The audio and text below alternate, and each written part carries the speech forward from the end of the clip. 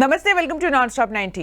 ఆఖరి పంచాయతీ రేవంత్ బిజీ. కిషన్ రెడ్డి ఆగ్రహం, BRS meeting postpone, iBomma రవికి మళ్లీ కస్టడీ, మావోయిస్టులకు shock, Chandrababu chitchat, Educity start, పార్లమెంట్లో నరేగా లొల్లి, రిచెస్ట్ మాస్క్, ఐపీఎల్ మెగా రేట్లు. ఇలా బ్రేక్ లేకుండా 90 వార్తలు అందించే నాన్ స్టాప్ 90కి స్వాగతం. తెలంగాణలో పంచాయతీ ఎన్నికల చివరి దశ పోలింగ్ కు సర్వం సిద్ధమైంది. బుధవారం 3వ విడత ఎన్నికలు జరగనున్నాయి. ఇప్పటికే ఎన్నికల సిబ్బంది పోలింగ్ కేంద్రాలకు చేరుకున్నారు. ఉదయం 7 గంటల నుంచి మధ్యాహ్నం 1 గంట వరకు పోలింగ్ జరుగుతుంది. మధ్యాహ్నం 2 గంటల తర్వాత కౌంటింగ్ ప్రక్రియ ప్రారంభం కానుంది.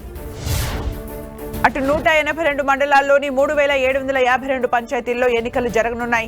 ఈ విడతలో 4157 గ్రామాలకు 36434 వార్డులకు నోటిఫికేషన్ ఇవ్వగా 394 గ్రామాలు 7916 వార్డులు ఏకగ్రీవమయ్యాయి.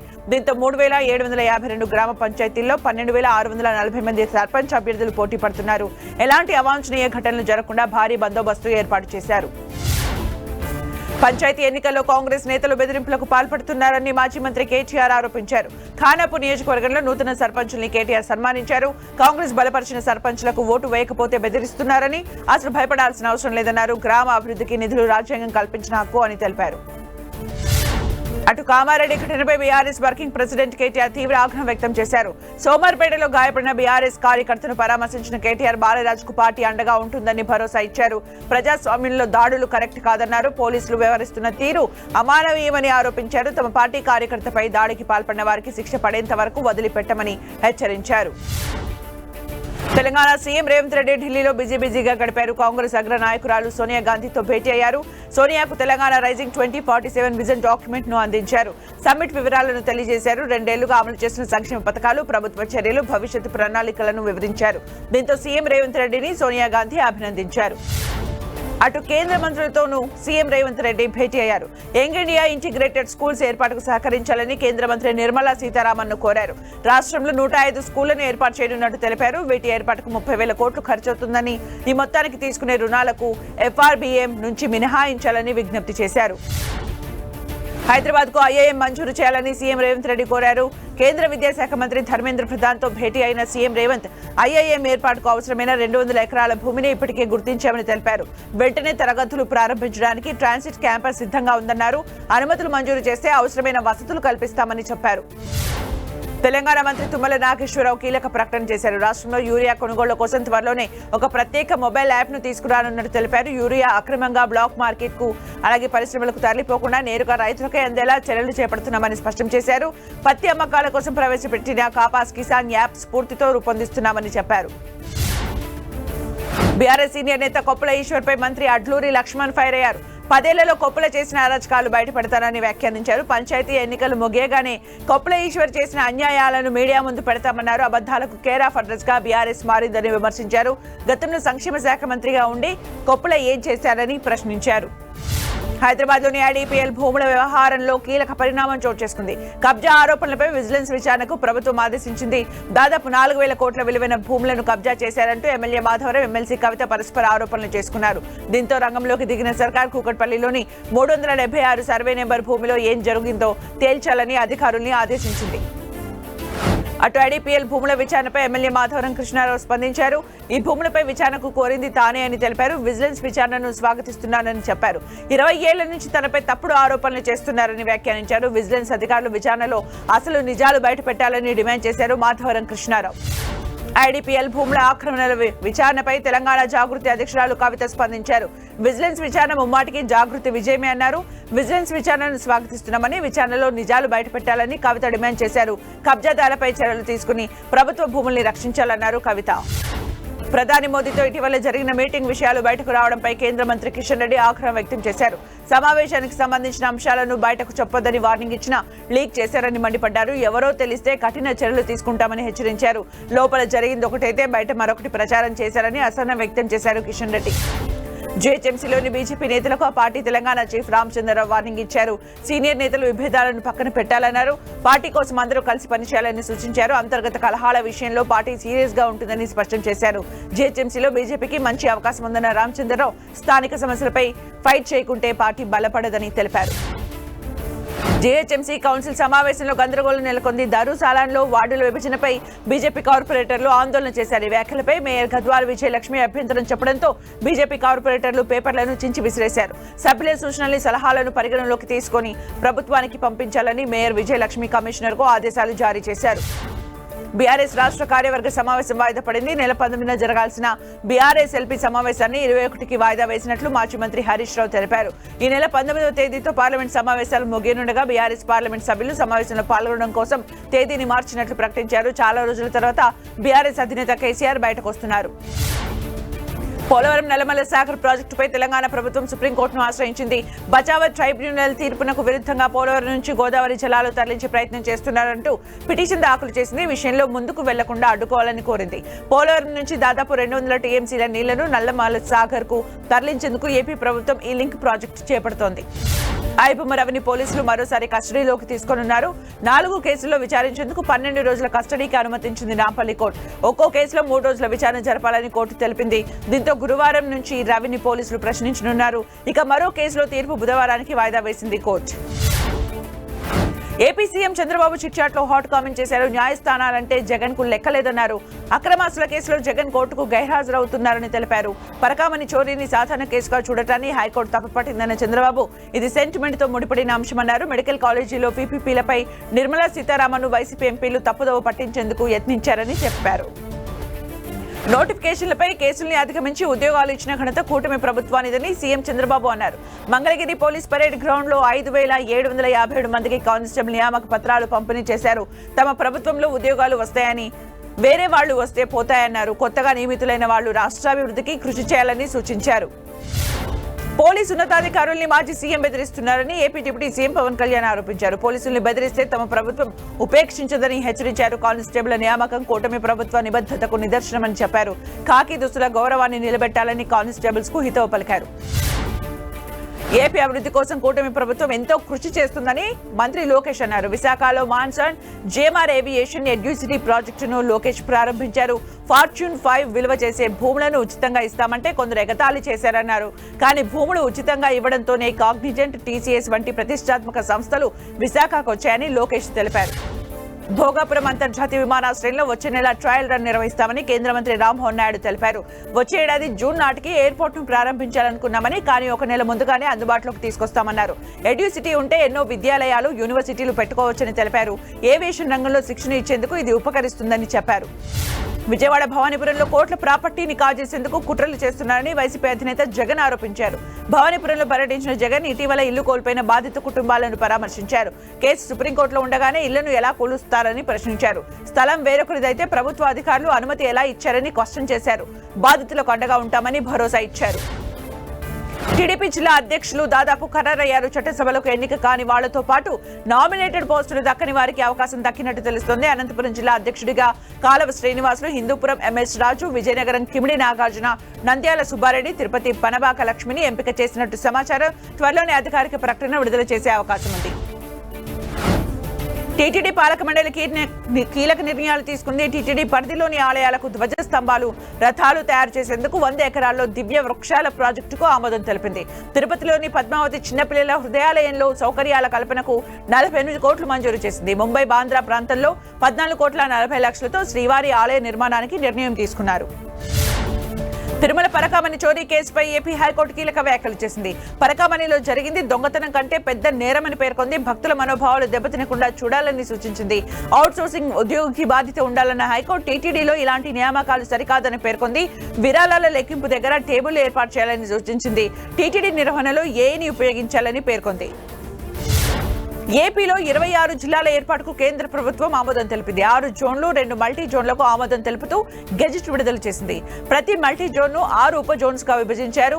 ఈ విధానంతో ఉద్యోగ నియామకాలు, బదిలీలు, పదోన్నతులు జరగనున్నాయి. నూతన గెజిట్ తో స్థానికులకు 95% రిజర్వేషన్లు దక్కనున్నాయి. కొత్త జిల్లా స్థాయి అధికారుల పోస్టుల్ని ప్రభుత్వం సృష్టించనుంది. మహాత్మా గాంధీ జాతీయ గ్రామీణ ఉపాధి హామీ పథకం చట్టాన్ని రద్దు చేస్తూ దాని స్థానంలో కొత్త చట్టాన్ని కేంద్ర ప్రభుత్వం తీసుకొచ్చింది.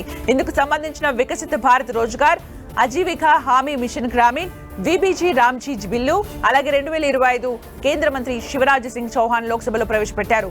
అయితే ఈ బిల్లును ప్రతిపక్షాలు తీవ్రంగా వ్యతిరేకించాయి. కేంద్రంపై కాంగ్రెస్ ఎంపీ ప్రియాంక గాంధీ విమర్శలు గుప్పించారు. కొత్త బిల్లు ప్రవేశపెట్టడం అంటే ఎన్ఆర్ఈజీఎస్ బలహీనపరచడమే అని ఆరోపించారు.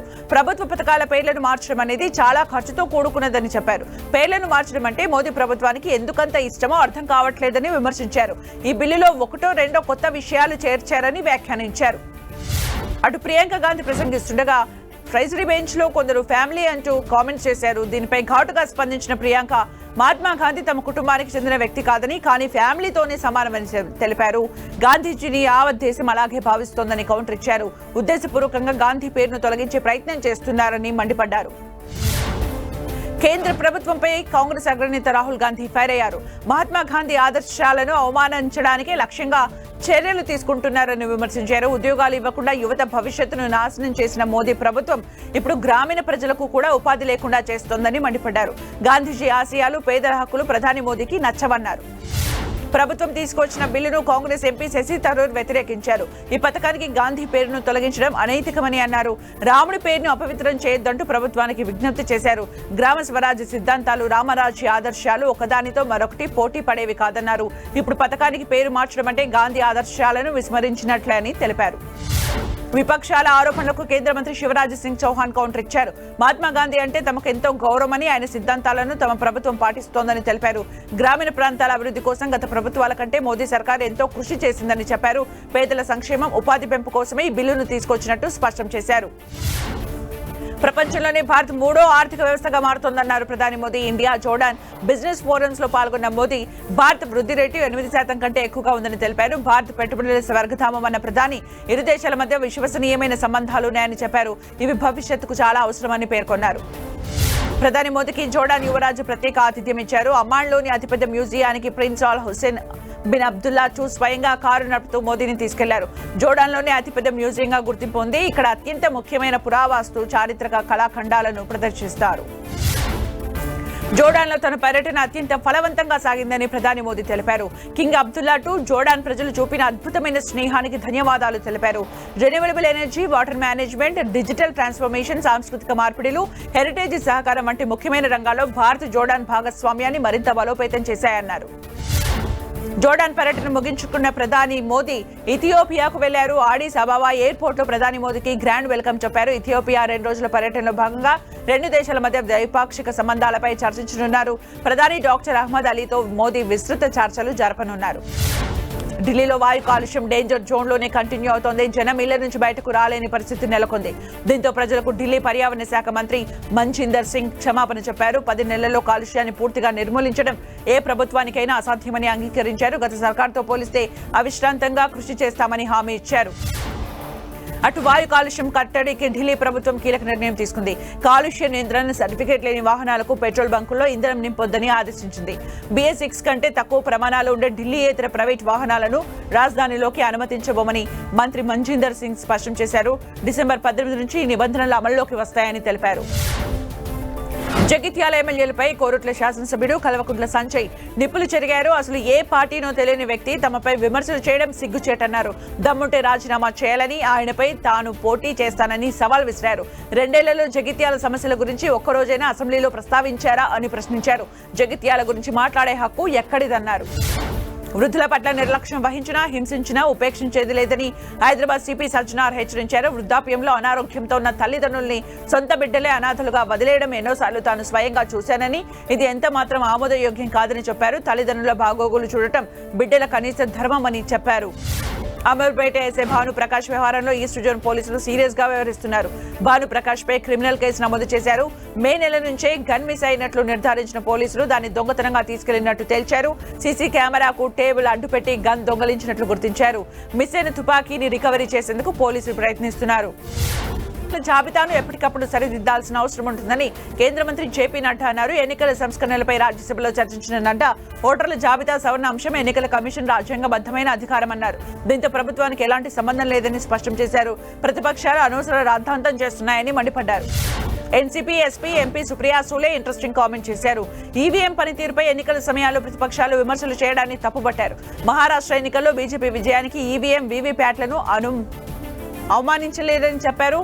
మహారాష్ట్రలోని బారామతి నుంచి తాను అదే మెషిన్ పై 4 సార్లు గెలిచానన్నారు. పశ్చిమ బెంగాల్లో ఎన్నికల సంఘం 58 లక్షల ఓట్లను దొంగిలించింది. బెంగాల్లో ఎస్ఐఆర్ నిర్వహించిన ఈసీ ముసాయిదా ఓటర్ జాబితాను విడుదల చేసింది. పేర్లు తొలగించిన ఓటర్స్ లో 24 లక్షల మంది మరణించారని, మరో 19 లక్షల మంది ఇతర ప్రాంతాల్లో స్థిరపడ్డారని, 12 లక్షల మంది తప్పిపోయారని పేర్కొంది. 138,000 మంది నకిలీ ఓటర్స్ ఉన్నారని తెలిపింది. ఫస్ట్ సీఎం పదవి మార్పుపై ప్రచారానికి సీఎం సిద్ధరామయ్య అసెంబ్లీ వేదికగా ముగింపు పలికారు. ప్రజలు తనను 5 ఏళ్ల కాలానికి ఎన్నుకున్నారని, పూర్తికాలం తానే ముఖ్యమంత్రిగా కొనసాగుతానని స్పష్టం చేశారు. తమ ప్రభుత్వానికి ఎలాంటి ఢోకా లేదని, 140 మంది ఎమ్మెల్యేలు తనతోనే ఉన్నారని ధీమా వ్యక్తం చేశారు. ప్రతిపక్షాలు ఎన్ని ప్రయత్నాలు చేసినా తమ నేతలు రెచ్చిపోరని చెప్పారు. పీఎఫ్ ను ఏటీఎం, యూపీఐ ద్వారా విత్డ్రా చేసుకునే సదుపాయాన్ని త్వరలోనే తీసుకొస్తామని కేంద్ర మంత్రి మన్సుఖ్ మాండవీయ తెలిపారు. 2026 మార్చిలోపు ఈ సదుపాయం అందుబాటులోకి రానుందని ప్రకటించారు. పీఎఫ్ సొమ్ము ఉద్యోగులదని, ఈ మొత్తాన్ని ఉపసంహరించుకునే ప్రక్రియను సులభతరం చేయాలని చూస్తున్నామని చెప్పారు. పీఎం సూర్యఘర్ ముఫ్త్ బిజిలీ యోజన పథకం సత్ఫలితాలను ఇస్తోంది. ఈ పథకం కింద దేశవ్యాప్తంగా 24,35,000 కుటుంబాలు లబ్ధి పొందినట్లు పార్లమెంటుకు కేంద్ర ప్రభుత్వం వివరించింది. ఇందులో 7,70,000 కుటుంబాలకు జీరో బిల్లు వచ్చిందని తెలిపింది. 2026-27 నాటికి మొత్తం 1 కోటి కుటుంబాలకు లబ్ధి చేకూర్చడం ఈ పథకం లక్ష్యమని స్పష్టం చేసింది. విజయ్ దివస్ సందర్భంగా కేంద్ర రక్షణ మంత్రి రాజ్నాథ్ సింగ్ జవాన్లకు నివాళులు అర్పించారు. ఢిల్లీలోని అమరవీరుల స్థూపం దగ్గర శ్రద్ధాంజలి ఘటించారు. త్రివిధ దళాల అధికారులు నివాళులు అర్పించి గౌరవ వందనం చేశారు. సికింద్రాబాద్ లోని పరేడ్ గ్రౌండ్ లోని అమరవీరుల స్థూపం దగ్గర governor Jishnu Dev Varma, deputy CM Bhatti Vikramarka ఘనంగా నివాళులు అర్పించారు. ఇండోపాక్ యుద్ధంలో భారత సైనికుల వీరోచిత పోరాటం మరవలేదని కొనియాడారు. నేషనల్ హెరాల్డ్ కేసులో కాంగ్రెస్ అగ్రనేతలు సోనియా, రాహుల్ గాంధీకి బిగ్ రిలీఫ్ లభించింది. ఈ కేసులో వీరిద్దరితో పాటు మరో 5గురిపై ఈడీ దాఖలు చేసిన ఛార్జ్ షీట్ ను పరిగణలోకి తీసుకునేందుకు ఢిల్లీ హైకోర్టు నిరాకరించింది. అయితే ఈ కేసులో ఈడీ తమ దర్యాప్తును కొనసాగించొచ్చని తెలిపింది. ఈడీ ఛార్జ్ షీట్ ఆధారంగా తీర్పు ఇవ్వడం తొందరపాటు అవుతుందని అభిప్రాయపడింది. డీజీసీఏ కేంద్రానికి ఢిల్లీ హైకోర్టు నోటీసులు ఇచ్చింది. పైలట్ల ఎఫ్డీటీఎల్ మినహాయింపులపై వివరణ ఇవ్వాలని ఆదేశించింది. కోర్టు ఆదేశాల ఉల్లంఘనపై ఇండియన్ పైలట్స్ గిల్డ్ పిటిషన్ దాఖలు చేసింది. పైలట్ల విశ్రాంతి సమయాలు తగ్గించడంపై తీవ్ర అభ్యంతరం తెలిపింది. ఎయిర్లైన్స్ కు అనుకూలంగా డీజీసీఏ మినహాయింపులు ఇచ్చిందని వివరించింది. దీంతో కేంద్రం డీజీసీఏకు ఢిల్లీ హైకోర్టు నోటీసులు ఇచ్చింది. గోవా నైట్ క్లబ్ కేసులో నిందితులపై లూథ్రా బ్రదర్స్ ను గోవా పోలీసులు అరెస్ట్ చేశారు. థాయిలాండ్ నుంచి ఢిల్లీకి చేరుకున్న వారిని ఎయిర్పోర్ట్ లోనే అదుపులోకి తీసుకున్నారు. ట్రాన్సిట్ రిమాండ్ కు సంబంధించిన ప్రక్రియను పూర్తి చేసి విచారణ నిమిత్తం వారిని గోవాకు తీసుకెళ్లనున్నారు. బుధవారం గోవాలోని కోర్టులో హాజరుపరిచే అవకాశం ఉంది. బెంగళూరుకు చెందిన ఓ టెకీ డిజిటల్ అరెస్ట్ మోసంలో 2 కోట్లు నష్టపోయింది. డిజిటల్ అరెస్ట్ భయంతో 2 ఫ్లాట్లు, 1 ఫ్లాట్ అమ్మి మరీ సైబర్ నేరస్తులకు డబ్బులు చెల్లించింది. బబితా దాస్ కు వ్యక్తి కొరియర్ అధికారిగా నటిస్తూ కాల్ చేశాడు. తనకు వచ్చిన పార్సిల్లో అనుమానాస్పద వస్తువులు వచ్చినట్లు తెలిపాడు. ఆమెను అరెస్ట్ చేయకుండా ఉండాలంటే డబ్బులు చెల్లించాలని నమ్మించి నగదు కాజేశాడు. కర్ణాటకలో లోకయుక్త అధికారులు ఆకస్మిక దాడులు చేశారు. అక్రమ ఆస్తులు కలిగి ఉన్నారనే ఆరోపణలు రావడంతో శివమొగ్గలోని సీనియర్ ప్రభుత్వ ఇంజనీర్ రూప్లా నాయక్ ఇంట్లో తనిఖీలు నిర్వహించారు. ఈ సోదాల్లో బంగారం, నగదు స్వాధీనం చేసుకున్నట్టు తెలుస్తోంది. హర్యానా బంగారం, వెండి ధరలు మళ్లీ దిగొచ్చాయి. తులం గోల్డ్ రేట్ 700 రూపాయలు తగ్గింది. హైదరాబాద్ లో ప్యూర్ గోల్డ్ 10 గ్రాముల ధర 1,36,000 రూపాయలు పలుకుతోంది. ఇక కిలో వెండి ధర కూడా 1,500 రూపాయలు తగ్గింది. హైదరాబాద్ లో కిలో వెండి ధర 1,97,400 రూపాయలుగా ఉంది. రూపాయి విలువ మరింత దిగజారింది. భారత్ అమెరికా డీల్పై అనిశ్చితులు, విదేశీ పెట్టుబడులు తరలిపోవడం వంటి కారణాలతో రూపాయి మారకం విలువ దారుణంగా పడిపోతోంది. తొలిసారి ఏకంగా 91 మార్కు దాటి సరికొత్త జీవనకాల కనిష్టానికి తాకింది. 91.14 వద్ద ఆల్ టైం కనిష్టానికి పడిపోయింది. ఐరాసాలో పాకిస్తాన్ మరోసారి పరువు పోగొట్టుకుంది. ప్రపంచ వేదికపై శాంతి గురించి బహిరంగంగా చర్చ జరుగుతుండగా జమ్మూ కాశ్మీర్ అంశాన్ని ప్రస్తావించి తన కుటిల బుద్ధిని చాటుకుంది. దీనికి భారత్ గట్టిగా బదులిచ్చింది. పాక్ మాజీ ప్రధాని ఇమ్రాన్ ఖాన్ ను జైలుకు పంపి అతడికి విరోధి అయిన ఆసిమ్ మునీర్ కు సర్వాధికారాలు ఇవ్వడంపై చురకలంటించింది. కెనడా ప్రభుత్వం కీలక నిర్ణయం తీసుకుంది. పౌరసత్వానికి సంబంధించిన నిబంధనల్లో మార్పులు చేసింది. దేశం బయట జన్మించిన కెనడియన్ల పిల్లలకు అక్కడి పౌరసత్వం కల్పించేందుకు వీలు కల్పించింది. తల్లిదండ్రులు ఖచ్చితంగా 3 ఏళ్లు కెనడాలో ఉండాలన్న నిబంధన విధించింది. ఐపీఎల్ 2026 మినీ వేలంలో ఆటగాళ్లకు ఫ్రాంచైజీలు కోట్లు కుమ్మరించాయి. ఊహించినట్లుగానే Australia batting allrounder Cameron Green భారీ ధర పలికాడు. అతడిని కోల్కతా 25,20,00,000కు కొనుగోలు చేసింది. ఐపీఎల్లో అత్యధిక ధర పలికిన విదేశీ ప్లేయర్గా గ్రీన్ రికార్డు సృష్టించాడు. అటు శ్రీలంక యువ pacer Matheesha Pathirana Jack pot కొట్టాడు. అతడిని కేకేఆర్ ఏకంగా 18 కోట్ల భారీ ధరకు కొనుగోలు చేసింది. తన అసాధారణ బౌలింగ్ శైలితో గుర్తింపు పొందిన ఈ ఆర్కర్ స్పెషలిస్ట్ కోసం కేకేఆర్ తమ పర్సులోనే అధిక మొత్తాన్ని వెచ్చించడం ప్రాధాన్యత సంతరించుకుంది. మినీ వేలం ఇంట్రెస్టింగ్ గా జరిగింది. పలువురు అన్క్యాప్డ్ ఆల్రౌండర్లు జాక్పాట్ కొట్టారు. కనీస ధర 30 లక్షలతో వేలంలోకి వచ్చిన ప్రశాంత్ వీర్ను దక్కించుకోవడం కోసం లక్నో, ముంబై, చెన్నై, రాజస్థాన్ పోటీ పడ్డాయి. చివరకు ప్రశాంత్ ని 14,20,00,000కు సిఎస్కే సొంతం చేసుకుంది. అటు మరో అన్క్యాప్డ్ ప్లేయర్ కార్తీక్ శర్మ కూడా ఊహించని ధర పలికాడు. అతడి కోసం కేకేఆర్, చెన్నై, హైదరాబాద్ పోటీ పడ్డాయి. చివరకు సిఎస్కే 14,20,00,000కు కార్తీక్ ను దక్కించుకుంది. మరో అన్ప్యాక్డ్ ఆల్రౌండర్ ఆకిబ్ దార్ ను 8,40,00,000కు ఢిల్లీ సొంతం చేసుకుంది. ఓజీ దర్శకుడు సుజిత్ కు పవన్ కళ్యాణ్ అదిరిపోయే గిఫ్ట్ ఇచ్చాడు. ల్యాండ్ రోవర్ డిఫరెంట్ కారును కానుకగా అందించాడు. ఈ విషయాన్ని సోషల్ మీడియా వేదికగా అభిమానులతో పంచుకుంటూ సుజిత్ ఆనందం వ్యక్తం చేశారు. తనకు మాటల్లో చెప్పలేనంత సంతోషంగా ఉందన్నారు. పెళ్లి ప్రచారంపై హీరోయిన్ మెహరీన్ అసహనం వ్యక్తం చేశారు. 2 ఏళ్లుగా ఇలాంటి వ్యవహారాలపై మౌనంగా ఉన్నానని, ఇప్పుడు మాట్లాడక తప్పడం లేదన్నారు. తాను ఎవరిని వివాహం చేసుకోలేదని, ఒకవేళ నిర్ణయం తీసుకుంటే ప్రపంచానికి చెబుతానని తెలిపారు. That's all for now. Keep watching 10 TV.